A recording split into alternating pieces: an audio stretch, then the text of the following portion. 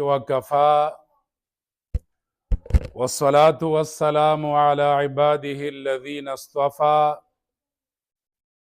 أما بعد فقد قال الله تبارك وتعالى في كلامه المجيد وفرقانه الحميد أعوذ بالله من الشيطان الرجيم بسم الله الرحمن الرحيم ومن أحياها فكأنما أحيا الناس جميعا صدق الله خالقنا العظيم وبلغنا رسوله النبي الكريم الأمين ونحن على ذلك لمن الشاهدين والشاكرين والحمد لله رب العالمين إن الله وملائكته يصلون على النبي يا أيها الذين آمنوا صلوا عليه وسلموا تسليما اللهم صل على سيدنا محمد وآله وعترته بعدد كل معلوم لك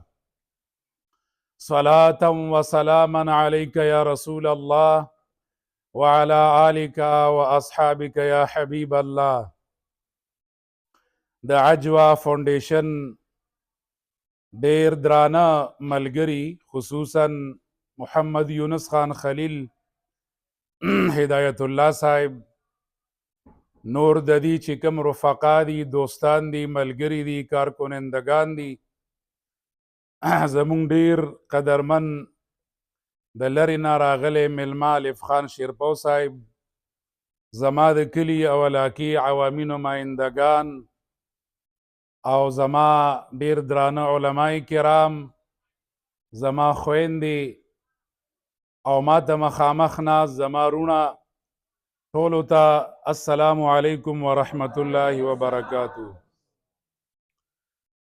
زما رونو الحمدلله زمون خو کار دا دی جماعت مدرسه فلاحي او رفاهي کارونه او ډیر داسې هر رنګ محافلو کې شریک شوي یو خو یقینا نن دلته راغمه نو د زړه یو سکون هم راته میلو شو چې د انسانیت د فلاح او کامیابۍ دپاره د عجوا فاونډیشن کم معاونین دي یا کم د هغې کارکنندگان دي هغې د انسانیت د فلاح دپاره د انسانیت د بقا دپاره یو بهترین طریقې سره الحمدلله کار شروع کړی دی. زما رونو انسانیت فلاح او بقا دپاره یو مثال درته پیش کومه. حضور نبی کریم صلی الله علیه وسلم دنیا ته په داسې حال کې تشریف وروړو چې دنیا د ظلمونو یو تکه توره تیاره وه. په هغه زمانه کې به ظالم په ظلم باندې فخر کولو چې چا به پردی حق وخوړو هغه به پې فخر کولو. څوک نو چې د یو ظالم نه سوال کړی وي چې دې مظلوم سره ولې ته دا ظلم کوي.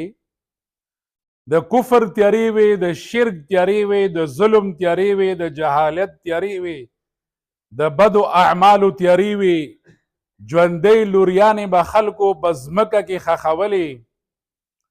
په داسې حال کې نبی کریم صلی الله علیه وسلم تشریف راوړو. یقینا په احادیثو کې به تاسو دا خبره اورېدلي چې هغوی مبارکو څومره ډېر منځونه کول هغوی مبارکو څومره ډېرې روجې ساتلې څومره به یې صدقات او ورکړه کوله. خو یاد ساتئ پیغمبر علیه السلام ته محبوب عمل او خوښ عمل چې هغې پې فخر کولو هغې به خلکو ته تلقین کولو هغه دا و چې د انسانیت د فلاح او بقا دپاره کار د انسانیت د فلاح دپاره اسلام که څلور کنج دنیا ته خور شوی دی د نبی علیه السلام په ښایسته اخلاقو باندې د هغوی مبارکو خلکو سره کومه رویه وه، رویې درستې کوي. دا ټول معاملات چې وران دي دا د غلطو رویو نه وران دي. کله د پلار د بچی سره رویه غلطه شي، بچی بېلارې شي. کله د بچی د اولاد د والد سره رویه غلطه شي، خبره ورانه شي. کله د خور او د رور په منځ کې رویه غلطه شوه، کله د اولاد په مابین کې او د والد په مابین کې رویه غلطه شوه، نو زما رونو یقینا بیا دغسې معاملات انسان ته راپېښېږي. دا ټول چې دلته ناست دي او راغلي دي دا اکثر غلطو رویو دې ځای ته را رسولي دي. دې له چا مینه نه ده ورکړې، دې له چا اخلاق نه دي ورکړي، د دې حقوق چا نه دي ادا کړي. نو د رسول الله صلی الله علیه وسلم که اسلام خور کړی نو هغه صرف په دې باندې چې هغې مبارکو د انسانیت د فلاح دپاره کار کولو. او څومره دا خوښو، انس بن مالک د نبی علیه السلام کورنۍ خادم دی. هغه فرمایي که یو کونډه به راغه، که یو یتیم به راغې، که یو غلام به راغې، که یو د معاشرې کمتر سړی کمزوری سړی به راغې او پیغمبر علیه السلام به یې د لاس نه ونیوه، نو چې څو پورې به هغه لاس نه پرېښېدي تېنه لاس نه خلاصولو. زمونږ رویې دا دي که لږ زه په سیاست کې مخکې شومه، که لږ په پیرۍ مریدۍ کې مخکې شومه، که لږ په علم کې مخکې شوم نو بیا خلک لاس میلاوي زه تېنه داسې کومه. دا رویې دا انسانیت نه دی. دا که عالم دی، دا که شیخ دی، که دا د قوم یو مشر دی، که دا یو ملک دی، که دا یو سیاستدان دی خو چې د خلکو نه ځان راغونډوي، دا د انسانیت رویه نه ده. دا د قوم دپاره رهبر رهنما نشي جوړېدی. انس بن مالک فرمایي نبی علیه السلام د انسانیت د فلاح او د بقا کار خلکو ته فایده رسول دا دومره خوښ. صحابو ته یو فرمایل د نبی علیه السلام د اعتکاف سره ډیر زیاته مینه وه. یو کال یې اعتکاف نو قضا کړی، یو کال تینا قضا شو نو بیا بل کال لی ډبل وکړه، نو اعتکاف ډیر خوښ. خو صحابو ته وی چې زه مسجد نبوي کې اعتکاف ته کینم او یوې میاشت اعتکاف ته کینم، یوې میاشت. دا یو طرف ده. خو که یو مسلمان راغی او زه د لاسه ونیولم چې راځه زما یو حاجت دی او هغه حاجت دپاره روان کما، نو دا قدمونه مې د یوې میاشتې اعتکاف نه خوښ دي. دا د هغې نه اهمیت ډیر ورکومه، دا مې ډیر خوښ دي. نو زما رونو نبی علیه السلام د انسانیت د بقا دپاره کار کړی و، د هغې د ښو اخلاقو د وجې نه، د ښې رویې د وجې نه. ځکه پیغمبر علیه السلام نه سوال کیږي، فرمایي ای د الله پیغمبره ای الناس افضل. انسانان خو ډیر د دنیا تېنه ډکه ده، بې شمېره دي، خو په دې کې افضل او مبذول شته، ښه او بد شته دی. ای د الله پیغمبره کم انسانان هغه بهتر دي الله په نسبت باندې؟ دی مبارک وفرمایل خیر الناس من ینفع الناس. بهترین خلق هغه دي چې نورو ته فایده ورسوي. بیا تینا سوال کیږي ای الاعمال افضل. ای د الله پیغمبره اعمال خو په دنیا کې ډیر زیات دي، بې شمېره دي نیک اعمال، خو کوم یو عمل الله ته ډیر محبوب دی، الله ته ډیر غوره دی؟ نبی علیه السلام ورته وفرمایل سرور تدخله فی صدور الناس. بهترین عمل دا چې ته د مسلمان زړه ته خوشحالي دننه، یو مسلمان زړه هغه خوشحاله کی، او دا په اخلاق او په کردار باندې کیږي. زه دې ته تحسین پیش کومه، او دا ما ته مخامخ کم کسان ناست دي، تاسو هم د دې معاشرې افراد یې، الحمدلله ښایسته خلک یې، بهترین خلک یې. پرېږدئ دا خبرې چې خلک به څه وایي، ډېر خلک به دا وایي خلک به څه وایي، دا خبرې هم پرېږدئ. او دام ستاسو یو عارضي قیام دی، څومره به مو ساتي؟ راځئ الله ته توبه طایب شئ، الله ته توبه وباسئ، الله نه بخښنه وغواړئ. ځکه کمال خبره خدا ده پیغمبر علیہ السلام فرمایي التائب من الذنب کمن لا ذنب له. چا چې د یو غلطۍ نه د یو کار نه توبه وویستله دی د هغه چا په رنګ دی چې چا اډو ګناه کړې نه ده. که یو کس د نشې نه توبه وباسي زه هغه برابر یو چې توبه وویستله، بیا هغه ته هغه پیغور کول په هغه نظر باندې کتل دا ټولو نه لویه ګناه ده. الله ته توبه وباسئ، یعنې د الله هغه یره داسې ده چې هغه موتا سره په هر ځای کې ده. زما وروڼو الله قرآن کې فرمایي ومن احیاها، یو طرف د فرمایي من قتل نفسا بغیر نفس فکأنما قتل الناس جمیعا. چا چې بغیر د قصاص نه بغیر د جایز سبب نه یو انسان قتل که فکأنما قتل الناس جمیعا. د دومره لوی جرم وکړه لکه تمام انسانان چې قتل که، ټول انسانیت قتل که. او ځکه نبی علیہ السلام فرمایي که د یو انسان په قتل کې دا ټول انسانان شریک شي دا ټول به الله دوزخ ته بوزي. او دینه دا پتم لګي چې یو انسان ټول قتل کولیم شي، ځکه چې انسان کله د غضب نه او د غصې نه مغلوب شي. غصه دا هغه شی دی. نبی علیہ السلام ته یو صحابي راغی، ای دا الله پیغمبر نصیحت راته وکړه، ورته لا تغضب، غصه مه کوه. بیا ورته وی نصیحت لا تغضب فردد مرارا. حدیث کې راځي صحابي به بار بار وی نصیحت، نبی علیہ السلام به بار بار وی غصه مه کوه. ځکه غصه دا هغه شی دی حدیث پاک کې راځي چې انسان د شیطان په لاس کې داسې لکه ماشوم سره فوټبال چې په کوم طرف یو ویشته په هغه طرف باندې به ویشتلی وي.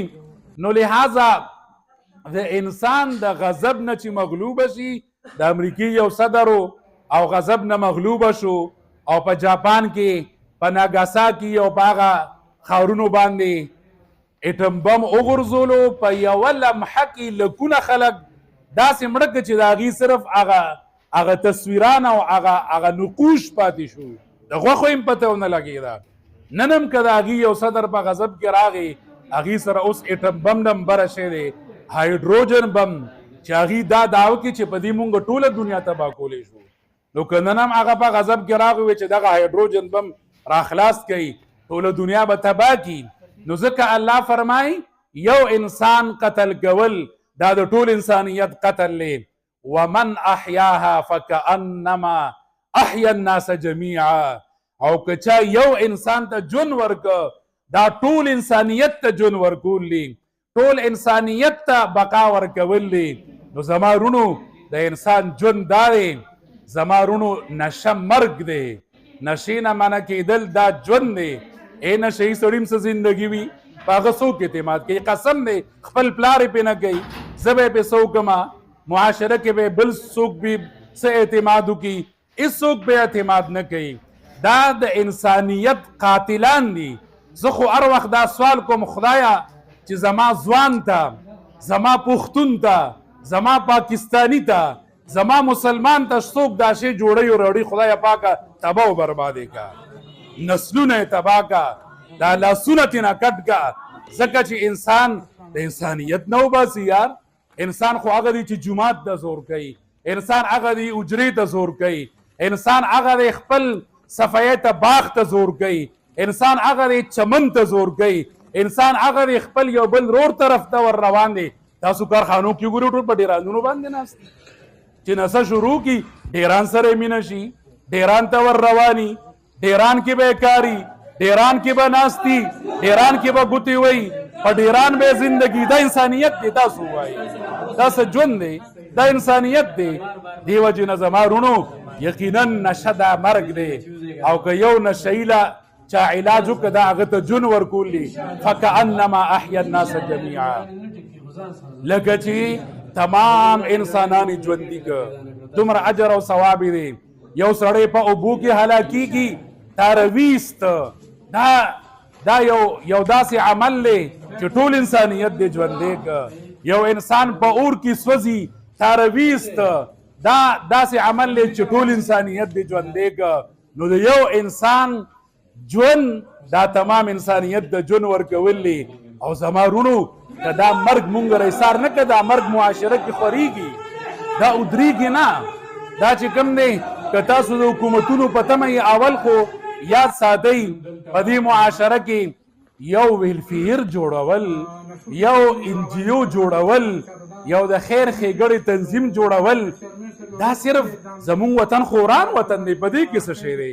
نه چې کوم دی قانون د قانون په شان دی، نه چاته انصاف میلاویږي، نه پولیس د پولیس په شان دی. ما ته یو زما یو دوست دی، د هغه یو ورور نشه کوله، ما ورته درخواست وکړه دې حد ته رسېدلی او العیاذ بالله چې خدای پاک دې بې کنزل کول، د الله پیغمبرانو ته بې کنزل کول. ما هغه ورور ته درخواست وکړه سړی سبا به څوک غازي نه شي، مې دا کنزل منزل کوي او زمونږ وطن کې خو دا ډېره اسانه طریقه ده، څوک به پې غازي شي. هغه وی یاره داسې وشو چې پولیس والاو له لاړم تاڼه کې مې وویل هغې چې څه ریکوایرمنټ و هغه مې پوره کړه، تاسو ټولو ته پته ده. او بله ورځ چې کوم دی بیا هلک کور کې ګرځېده کلي کې، ویمان چې دا ولې وی راته وی چې موږ راخېجولی خو افلانکي رانه کوز کو، افلانکي رانه کوز کو. نو زما رونو یقینا دا انسان د انسانیت نه وباسي.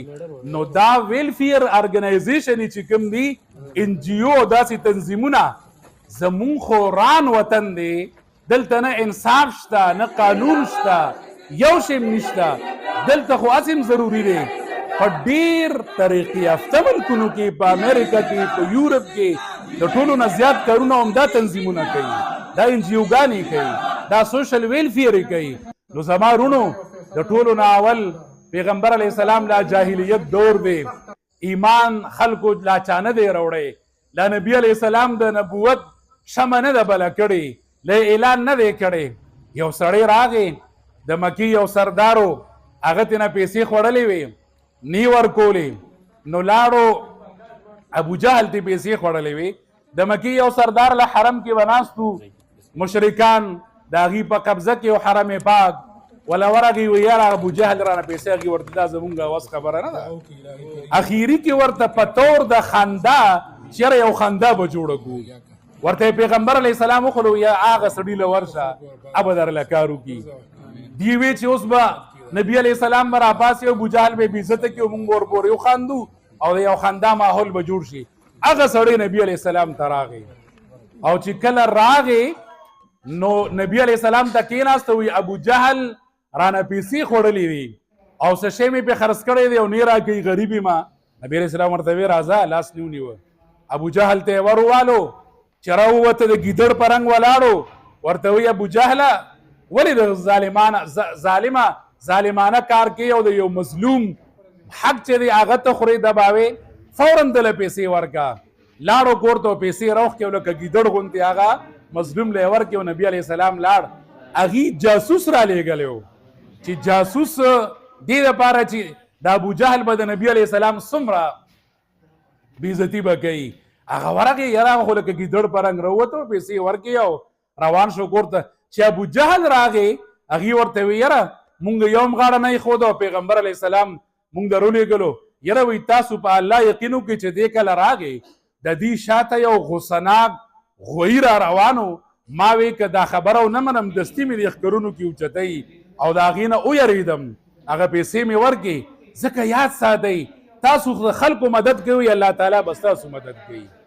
نبی علیه السلام فرمایي الله فی عون العبد ما دام العبد فی عون اخی، چې تر څو پورې یو مسلمان د بل مسلمان ورور په مدد کې الله د ده مددګاري، الله یې مدد کوي. مه یریږئ د دې نه. الف خان شیرپور صاحب راته وایي چې په کور مې څوک له وسلوال راغلي وو او دا نشو والا مشران چې کوم غټ ډیلران دي، زه مه یریږه، بس دې کې سره مخره خدا جهاد دی، دا جهاد ګواه قسم دی که څوک دې ویښتم پیکه کي نور خو لا پرېږده. مه یریږه دې خبرو نه، مه یریږئ. تاسو چې د دغسې خلکو مدد کوئ او لارې ته یې راولئ، قسم دی چې الله به ستاسو مدد کوي. د دنیا یو طاقت هم تاسو ته څه نشي ویلی. نو زما رونو یقینا زه ډېر زیات خوشحاله شوم. د دې کلي یم، دلته نږدې زما د زنانو مدرسه ده جامعه ام الخیر په نوم باندې، دلته تېرېدم را تېرېدم، ډېر تلې راغلی، دننه نه وم راغلی. ماحول مې وکته، خوشحاله شوم. د زړه نه مې دعا ده چې الله تعالی تاسو دا اخیري ځل په هسپتال کې الله تعالی یو کړي چې ټول الله ته توبه طایب شئ او الله تعالی مو د نشو نه او د هر ګناه نه وساته. او دا چې کوم تنظیم دی عجوه خدای پاک دې ته ترقي نصیب کړي او زه ټولو میلمنو له معافي غواړم زه قربا خبرې مې وکړي الله تعالی مو عزتمن کا او خدای پاک دې دا قافله داسې جاری او ساری ساتي او خدای پاک دې زمونږ د علاقه د نشو نه او تماشو نه او د سګرټ نسوار پورې والا د هر نشي نه پاک کی ځکه خلک اول هم دا لاندې نه شروع کوي سګرټ او نسوار او بیا برزي او بیا دا نفس په یوم نه صبرېږي بیا وې دینه لږ مخکې لاړ شي بیا ایک صبرې دې مونږ ورته ویلو چې دغه ځای پورې لاړ شي زی دا 400 پورې لاړ شي یا پوډرو پورې خو دلته نه ودرېږي ګوره ښه قسم دې کې ودرېږي بیا وی لږ دینه مخکې لاړ شه لږ جدید شي الله فرمایي ارایت من اتخذ الهه هوا هغه خلک هم کتلی دي چې د خواهش نه خدایان جوړ کړي دي مونږ او تاسو خواهشاتو نه خدایان جوړ کړي دي دا الله حکم نه مونږ د خواهش منو الله وی دا کار مکو مونږ یې کوو نو دی وجنا الله کریم مو د داسې حادثاتو نه زمونږ دا وطن د نشو نه تماشو نه د بدعملو نه پاک کی وما علی الا البلاغ المبین